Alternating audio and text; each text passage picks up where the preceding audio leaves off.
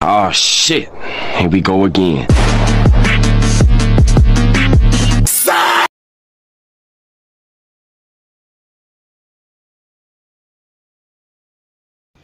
What's up mga crank, for today's video, galing natin sa work at ito, nakauwi na tayo. Excited tayo makauwi kasi meron dumating na package para sa atin. So mas nauna siyang dumating kaysa sa akin. So ito, pakita ko sa inyo kung ano yan.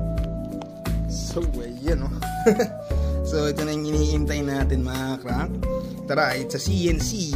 Alam na natin kung ano laman yan. Tara, buksan natin kung ano model. Let's go. So ito na yung pinaka-iintay natin na wheelset.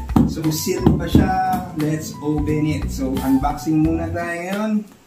So ito, pakita mo caption. Yun. Open natin. Ito na yung gunting. Hindi pa ako napagbihis kasi sobrang excited tayong buksan ko. So from office, diretso tayo ng open, unboxing. Okay. Yun. Wait mo na yan. So ayun ang kasama niya. Yun. Yan. So meron siyang spare. Ito yung pang ikot ng kanya. Rayos. Then may tape. Ito na. Yan. So open na natin. Naman niya. Siyempre yung wheelset. So ito yung hinintay natin. So it's a 50mm. So it's an Empire. Yung kanyang model. Empire. Yun, naka-plastic pa siya. So ceramic bearing siya. 50mm. Ang lalim niya, yung depth. Sa kanyang spokes is pillar.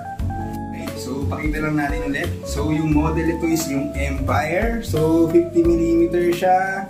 Makikita nyo sa decals niya, makikita nyo nakalagay din Carbonation Recycling, hand-built in Manila. So this is the moment of truth. Sound check natin. Tanggalin natin to.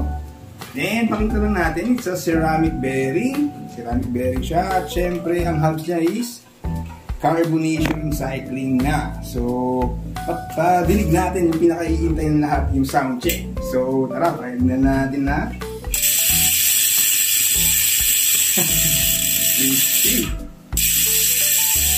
Alright, so maraming salamat Carbonation Recycling family, Sir Edward Perlas. Paggawa natin agad ito, buuin natin agad yung bike. Hanggang susunod na video, ride safe lagi. Peace out!